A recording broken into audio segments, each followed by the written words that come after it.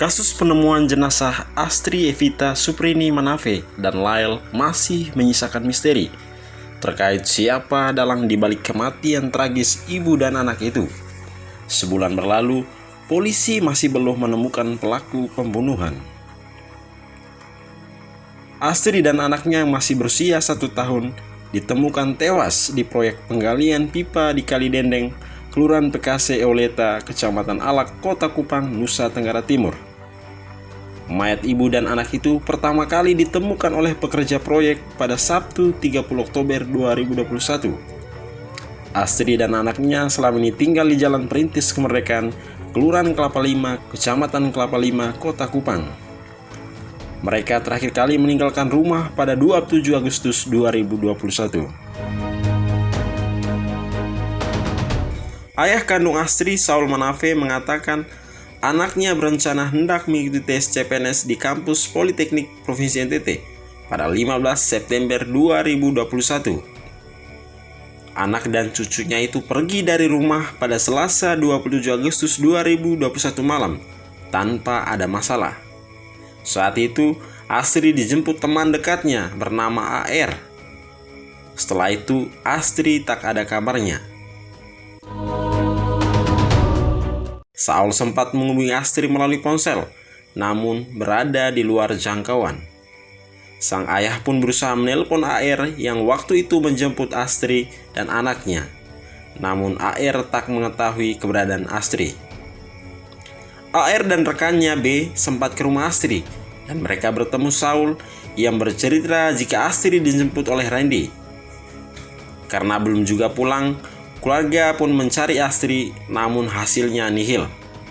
Telepon, WhatsApp, SMS, serta Messenger sama sekali tidak direspon Astri.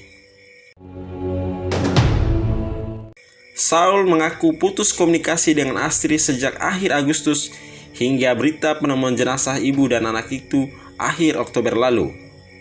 Belakangan, perempuan berusia 30 tahun itu ditemukan tewas bersama anaknya dalam sebuah kantong plastik.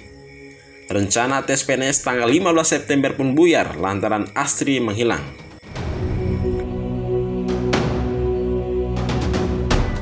Kasus ini seperti memasuki babak baru. Para netizen tak henti-hentinya menyebut nama Randy di setiap komentar Facebook. Siapakah sosok Randy sebenarnya? Mungkinkah dia di balik kasus ini? Berdasarkan informasi, Astri pacaran dengan Randy sejak SMA. Namun Randy sudah menikah dengan orang lain, tetapi menghamili Astri. Semula Astri bekerja pada sebuah perusahaan konsultan, namun kemudian berjualan makanan secara online. Saat hamil, penjualan makanan ia kurangi hingga melahirkan Lael pada 21 Oktober 2020 lalu. Korban ditemukan berawal dari terciumnya bau busuk bangkai oleh para pekerja penggalian pipa air di sekitar proyek spam Kalidendeng, Kota Kupang akhir Oktober lalu. Jack, kakak Astri, meyakini jika adiknya tersebut dibunuh oleh orang terdekat.